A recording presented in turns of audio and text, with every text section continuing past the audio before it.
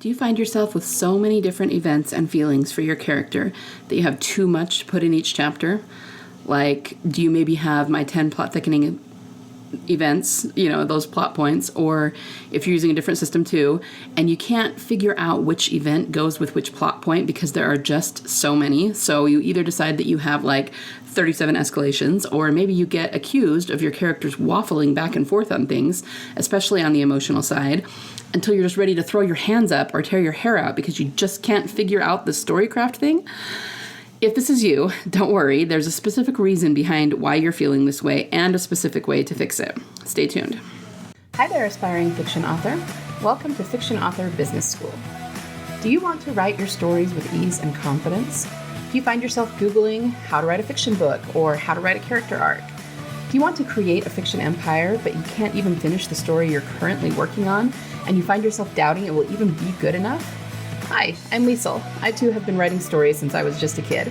I wanted to do something about my fiction writing dreams, but got information overload every time I looked for writing help because there's just so much out there on the internet. I wanted confidence that I wouldn't disappoint my readers and a plan to publish regularly.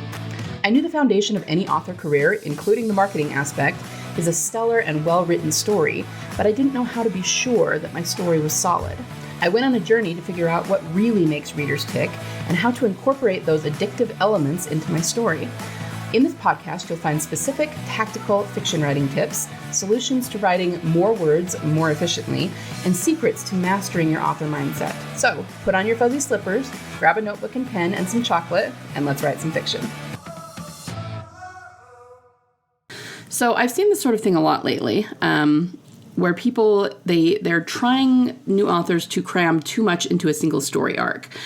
Now, don't get me wrong, I like to both read and write complicated plots, and I tend to have large ensemble casts of characters in my books.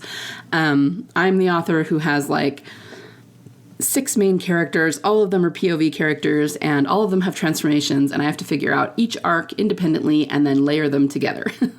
And that's definitely harder than doing just one. So in my previous episode, I talked about things being complicated versus simple and how that's kind of a theme this week for my podcasts. So having more than one POV character definitely is one way to complicate your writing, okay? It's going to be a more complicated story and a more complicated narrative if you're doing more than one POV character. But if you have the inclination to write that way and you have the skill for it, then there's absolutely nothing wrong with doing that. I'm totally not being objective about that last sentence, but it's actually true. But for most of you out there who struggle with what I was just talking about, like too many events for each plot point and having 50 escalations and not being able to nail down your turning point versus your late story escalation versus your climactic moment because there are just so many things.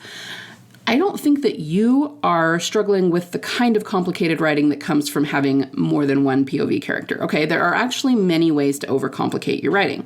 What I just talked about is complicating the plot because there are many characters going through many things at the same time in the same world, okay? So it just creates a bigger and more dense and complex plot.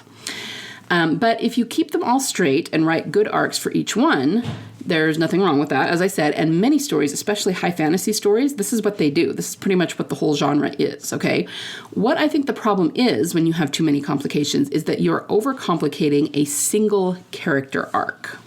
So I would argue that having multiple POV characters and multiple transformations only works if each of those character arcs remains fairly simple and straightforward on its own, and then you can layer them together. So what you have to understand is that in fiction, you really only want your character dealing with one internal problem at a time. Now, is that true to life? Of course not. Human beings are complicated creatures. We do tend to deal with a lot of different things or a lot of different aspects of the same thing all at once. But we're writing fiction, and you're going to confuse, overwhelm, or just plain turn your reader off if you make a single character arc too complicated. So let me give you an example of what this might look like, okay? Some of you may know that I'm a big Walking Dead fan. I call myself a Walking Dead junkie, and I actually do have a fan blog in which I analyze the symbolism in the show and that sort of thing. And because of that, I get a lot of the news from that fandom. And there was a time a few years ago when one of the actresses, her name is Lauren Cohan, it was time for her contract to be renegotiated, which is fairly common after 7 years. Most Hollywood contracts are only set up for 7 years, and if the show runs past that, they have to be renegotiated. And this is a long-running show. This particular actress has been on it for a long time. So they were renegotiating her contract, and there started to be news about how it hadn't been settled yet. And so people were worried that she might be leaving the show. And I remember it because it blew up and turned into this whole online political thing where people kept saying that because she's a woman, they wouldn't pay her as much as the male characters on the show. And there was just all this back and forth and people fighting about it online, and it got to be really, really ridiculous. And eventually, the contract was settled. She did not leave the show, and she came out and told everyone that that was not the case. It had nothing to do with what they were or weren't willing to pay her. Really, it was her that was holding things up because she was trying to decide if she wanted to stay on the show or not.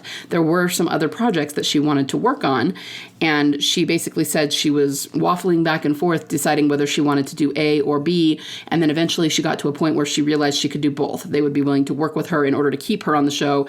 They would work with her more than they might with someone else to let her do other projects as well. And once she realized that, then they nailed everything down and got the contract worked out pretty quickly. So why am I telling you that? If you were writing a story in which something like this happened, it would be a really annoying story, okay? If you had this character who couldn't decide what they wanted to do, and they went back and forth, do I want to do this? Do I want to do that? Do I want to do this? Do I want to do that? And of course, you can show a character being indecisive, but usually you get through that indecisiveness pretty quickly, okay? Literally, these negotiations for this actress dragged on for months. It was like 4 or 5 months before they finally nailed down her contract, and that's why it got to be such a big deal. The longer it went on, the more people made assumptions and blew it up to be something that it wasn't. But if you were writing this and you actually, in real time, showed the waffling back and forth for 5 months, I mean, your readers are going to want to punch that character in the face. They're going to be like, make a decision already, right? Okay. So I'm just saying this to illustrate that, once again, we don't want our fiction to follow real life in this particular way. Okay. You don't want to do this in your writing. It's kind of like what we say about writing dialogue, that you could have realistic dialogue or you could have good dialogue, because realistic dialogue goes all over the place. We use terrible grammar. We interrupt each other. We interrupt ourselves. I interrupt myself all the time. And like in the middle of a thought, I'll start a new thought and go off on a different direction, and that just doesn't make for good dialogue in fiction. Okay. It's the same thing here. Even though human beings have lots of motivations and lots of pulls on them and their belief system and are constantly dealing with 45 different things, we don't want to do that with our characters, okay? It makes it really, really difficult to write a successful story if we're going to do that. Now, I'm absolutely positive that there's probably an example out there of someone who does this and does it well, okay, who has a single character arc in which the character is dealing with 7 things and 7 transformations all at once, and it's perfectly lovely, and it's well written, and it's a popular book, okay? I'm sure you could find that because there's always exceptions. I'm sure it exists. I'm sure it's possible. But if this is your first book, or even if you've only written, if you're still within that first 3 to 5 books, I would keep it simple, okay? It's really, really difficult to pull off something that's that complicated in a single character arc. And real talk, guys, you may simply not have the skill level yet to do it. And understand, that's not a bad thing. That's just part of honing your skill as a writer, okay? It's like a child who's trying to figure out algebra when he hasn't mastered the basics of addition and subtraction yet. He's going to reach a point where he's throwing up his hands and going, why isn't this working for me, right? And if you're doing that with your story and your plot, you really need to consider simplifying it, okay? So I'm sure the next question you're asking is how? How do I simplify it? What do I do? Well, my rules of thumb, there's more than one, are as follows. Keep it to only 1 transformation per character per book. Okay, so figure out what the character's transformation is going to be, and all the events in that book, every chapter, every scene, everything that happens needs to lead them toward that one big internal transformation, okay? Don't have them learn 6 different things and change in 7 different ways in one book or one installment of your series. That's why things feel so complicated and why there are so many twists and so many turns and so many escalations that you can't even nail down what the story structure should be, okay? You're just trying to do too much with your character too fast. And I'm going to go ahead and throw in the obligatory Friends reference. You know what happened to the girl who did things tried too much too fast, right? She died, Jill, okay? Your character doesn't have to die, but your story could die if you are making it too complicated and you're completely writing yourself out of an efficient and effective story, okay? So don't do that to yourself. Don't do that to your characters. Now, let's say you really do have multiple transformations in mind for this character. That's fine, but there's a reason we write book series, guys. Consider putting them in book 2 or book 3. Consider making the story into a series. And I'm telling you right now, if you have multiple transformations in mind for one character, you absolutely have enough material to expand it into a series. You wouldn't have all those transformations in mind. Those are each a different story that you can tell in different installments, but don't try to crush them all into the same one, okay? It's going to be too hard. It's going to be too cluttered, and you're going to end up losing your reader, okay? It starts to make the reader feel like they've got whiplash or something. And obviously, you don't want that. Okay, so that's the first rule. 1 transformation per character per book. My second rule is only one thing should change in each chapter. Now, some people, you'll hear them talking about this as, and it can be a chapter or a scene, either way. So maybe I'll say scene because a chapter is just kind of a bigger scene. But they always say that the scene should turn. And what they mean by that is that something needs to change. The character needs to either go through something, learn some new information, something has to happen to them, a big event, which changes things for them, okay? And with each little change in each scene and each chapter, you take your character a step further toward the climactic outcome, okay? But my point is that you should only have one turning point in each chapter. And the reason that I hesitate to say it that way is because one of my 10 plot points is the turning point, and this is related to that turning point, but it's not exactly the same thing. I'm just saying that you should only be having one big event happen in each chapter, not 6, okay? 1. The character either learns one new thing, takes one step toward change in each chapter, okay? And obviously, they can take many steps over the course of the book. You have many chapters, and one thing happening in each chapter will lead to many things happening. But again, you need to give them individual scenes or chapters for that so that you're not doing it all at once, okay? So it shouldn't be like Frodo fights this guy and feels this way. But then he goes over here and has an epiphany about that. So now he feels this way. And then something tragic happens and he realizes he was wrong all along and he should have felt this way. I mean, I have really seen people try to cram all of that into a single scene. And that's when the reader starts to feel like your character is waffling, that they're all over the place, and you start to give your reader whiplash, okay? If you're waffling back and forth and up and down and right and left and zigging and zagging all over the place, it makes it really difficult for the reader to follow the story. It makes it almost impossible for them to empathize with the character. Think about that. One big moment that you can draw out and really emphasize and write well and write the emotions in a big way is so much more effective than trying to get 6 different transformations or 6 different emotional changes into a single scene. You're going to lose your reader that way, and then your book is going to fail. Okay? Don't do that. In any given chapter, one event should lead to one way the character feels, maybe a new way, maybe an old way. And if you want the way they feel to change, that's fine. I mean, like, if you want them to change several times throughout the story, again, that's fine, but you've got to assign the different changes in the way they feel to different events in the story, and you should probably give each one its own scene or chapter, okay? So, long story short, if you are working through a chapter with, say, my 10 plot points, and you have so many events in that chapter for each plot point that you can't figure out which one goes where, you probably need to divide what's happening there into several different chapters. You may also want to reevaluate your character transformation and make sure that each of those changes in emotion that you're wanting to put into the story and the plot events are guiding your character toward their ultimate transformation.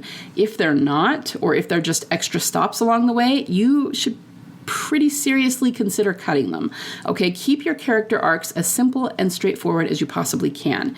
Eventually, you'll get to the point where you can purposely complicate them, but it's like that old saying, you need to understand the rules deeply, inside and out, in order to know how to efficiently break them. And I promise you that even well-seasoned authors who routinely break, the quote-unquote writing rules in their books, they still keep their arcs pretty simple for the most part. It is much better, in my opinion, to complicate a book through multiple character arcs, for different characters, than to try to crush too much into a single character arc, okay? So let's recap that really fast, what we've talked about, because I've kind of thrown a lot of information at you. Number 1, It's better to complicate using many characters with multiple character arcs, but only one per character, versus stuffing too many things into one character arc, okay? Number 2, keep things as simple as you possibly can. Number 3, one transformation per character per book. Number 4, scenes should only turn once, meaning one thing happens or one new piece of information that makes the character feel one way. Only one per scene, okay? If you're going to do more, you got to move on to another scene and another event, okay? So trying to overcomplicate things in a single character arc is what's killing you when it comes to figuring out your story structure. And of course, a complicated plot is not a bad thing unless you're confusing your reader and, confusing yourself trying to keep track of it. So I'll be the first to admit that I absolutely preach that internal and external arcs absolutely do need to be entangled, but they really do need to be entangled in a relatively simple way, almost a one-to-one sort of way, so that you have one piece of the internal arc corresponding with one piece of the external plot, and keep it that way. Keep it as one-to-one as you possibly can. Otherwise, you're going to drive yourself crazy trying to keep track of everything. And let's face it, that's no fun. It takes the fun right out of the process, and we're left with frustration and burnout. And obviously, that's not what we want. We want to have fun writing our stories, and we want to write stories, more importantly, that will resonate with our readers. So let me give you a one-line truth that can kind of sum up this entire lecture I've just given you today. It is this. It's tremendously hard to make stories resonate with readers when they're too complicated, okay? And by that, I specifically mean a single character arc, because obviously things like Lord of the Rings and Harry Potter that have multiple character arcs because they have multiple characters, each going through their own arc, readers absolutely can follow and understand many point of view characters, each having their own arc, as long as each of those arcs stay relatively simple. But they're going to have a really hard time following a single character arc that's super complicated all by itself, jumping back and forth with a million things going on, okay? Just something to think about as you plot and outline your next story, okay? If you're having trouble with your story structure, try simplifying it. Try taking some things out and pushing them to another installment of your series. You can always complicate an arc, but once it's complicated, it's actually a lot harder to simplify it again. So start simple, and then you can make it more complicated as you go, okay? So I hope that is helpful to those who are struggling with this particular issue. You know who you are. And I think that if you just kind of take a step back and get down to the nuts and bolts, if you ever get really, really confused on any aspect of your story, strip it down to the simplest thing, like I talked about too about motivations on Tuesday, right? If you can get it down to the simplest component and then work your way back up, it really helps you to find your way on the roadmap of your story, okay? So I hope that helps. Everyone have a wonderful week of plotting and outlining and, of course, of writing. And I will be back next week, same time, same place. Bye, guys. Thanks so much for listening today. Before you go, would you be willing to do me a solid? If you found any value at all in this episode today, would you be willing to share it with other authors just like you in the hopes that they might find some value in it as well? Happy story crafting this week. Remember, only you can bring the world the unique story that you are trying to tell. Only you can succeed in your own unique way in getting it out of your mind and your heart and into a medium where it can reach thousands, if not millions, of salivating readers. You don't have to worry about failure because there is always a market for awesome.